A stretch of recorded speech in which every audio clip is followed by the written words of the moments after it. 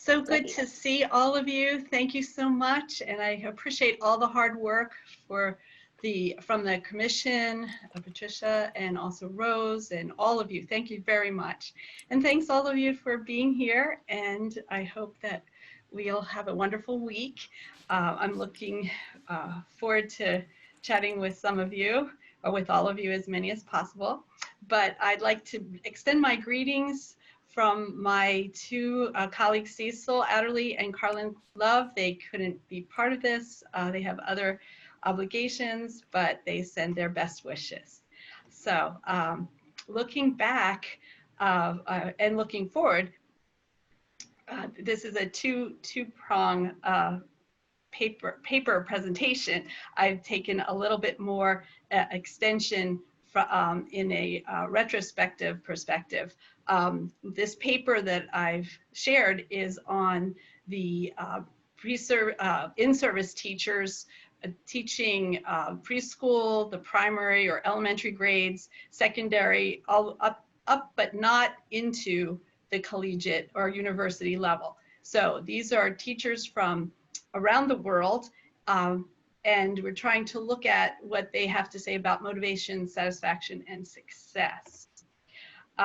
We found and the paper demonstrates this, that there are various responses seem to reflect cultural differences in motivation, satisfaction, and success. But as I said, I'd like to look back on the presentation I gave in Dubai when we looked at the Australia and United States responses. And we found that there were many similarities between these two, the respondents from these two countries in looking at motivation and satisfaction. And so taking from Dubai, the information from them, we're comparing then what's happening with Australia and United States with how the other people from around the world answered the same questions. So in why they teach, why they chose to teach, we found a variety of answers, and the top two was enjoyment of music and the desire to help others. And you notice that as I bring in this a little bit different so that you can see how closely United States and Australia were, but some of the other countries then are similar, but a variety of motivational factors. And then one thing to bring out is that not many respondents reported the reason they teach is because of financial reasons. So why they continue teaching, we have a number of different responses. When I reported in Dubai, it was very close, and it was, if you look up here at student growth and success, Australia, United States, but they were from around the world, different types of motivations. And then when much of the research has said that it's the high school and the high school teacher, and that was very true for Australia and United States, but it's expanded to the post-university. And then who influenced, again, mentioned that the high school teacher or the music teachers were very important, but from around the world, we find family and friends, private music teachers also contributed. Interesting that the university professors didn't make it into the top. The satisfaction, this is something that we had in common from around the world, is that the most respondents were very satisfied, or at least satisfied with their career choice.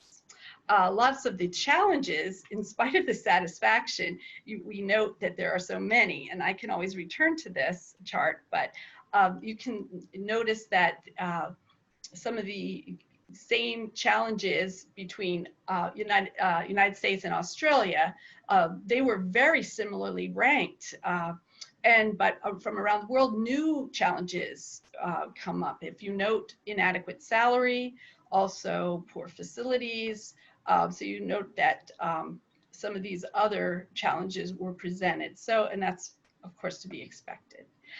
Characteristics of success, I think this is very in tangent with the satisfaction, is that the perception of all the respondents is that they would have positive student ratings, positive administrative ratings, and then they were positive in how they would rate themselves. So that falls in line. Also, another similarity among all the respondents is that teaching skills and knowledge was selected as the most important teacher quality out of this list. Personal skills and qualities, music skills, and teaching perspective and philosophy. So we mean that which is very interesting. And the research background, as you can see in the literature review, is that the music skills and knowledge generally are not rated as high as teaching skills and knowledge. So I thought that was interesting that that's was seen from respondents from around the world. And then characteristics of success. Between Australia and United States, it was very much the quality of instruction. And you find that from the other places, yes, except for Asia, which the respondents selected more frequently the students' persistence. I think it's also interesting, very interesting, that not many selected the students' natural talent as a reason for success in school. As far as success of their students in their future, most or many indicated that, again, the quality of instruction and training contributed most, but others decided that it was the students' persistence. And again, very few selected that it was the students' natural talents. So important for, I think this is very motivational to see that it's inspiring for music teachers, as well as helping the students to stay with it in, at least in the perspective of teachers, seeing what accounts for future success in their students.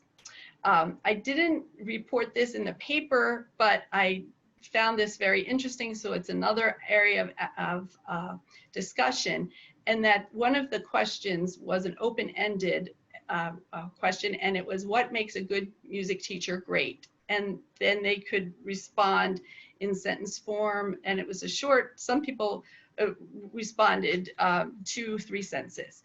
The characteristics of success. And as we went and looked through all of these, 7 themes emerged, and I think that was very interesting. So I thought I would share those 7 themes just as a thought-provoking aspect of this paper. The 7 themes, you can note, and here they are. The number 1 was possesses exemplary skills, personal qualities, and not necessarily music skills, but it was just generalized. Number 2, promotes student success, potential enjoyment. Right there, you see number 1 as a very self-directed theme, whereas number 2 is the student-directed.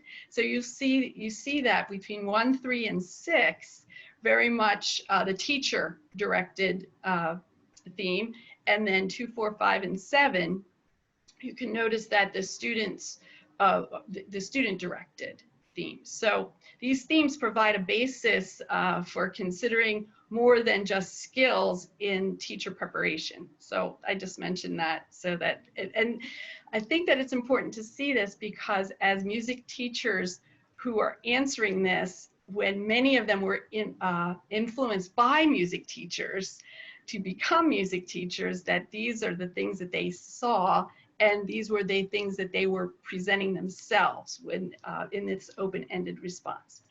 Another thought, just to leave with you, the most common term describing a great music teacher, and that was passion, or being passionate. And this was over 11% of all responses mentioned this word. Some things to keep in mind is that because many of these decisions are either during high school, sometimes before, or following the college or university experience, this has long-term effects. And because most of the respondents decided that they would, said they were committed to teaching until retirement. And so that has long-term effects, and also that even with all the challenges and the varied challenges, that they are committed. So that's very positive. It makes us excited to be teachers of teachers. So we can just think through that, helping them become good teachers as well as being good musicians. That's an important characteristic they're seeing as what's making the difference. Some things to keep in mind is that we can use this information really to advocate for the importance of music education, also to inspire others to take the time, even during difficult times in the world, that music education still is very exciting. It'd be interesting. This survey was taken back in 2017. So I wonder if with all that, how that would have made a difference, but we can use it in recruiting, but also to inspire, to encourage those in-service teachers, because music teachers seem to be very excited and passionate about their own teaching and about their future in remaining teaching. So I thank you and look forward to your questions.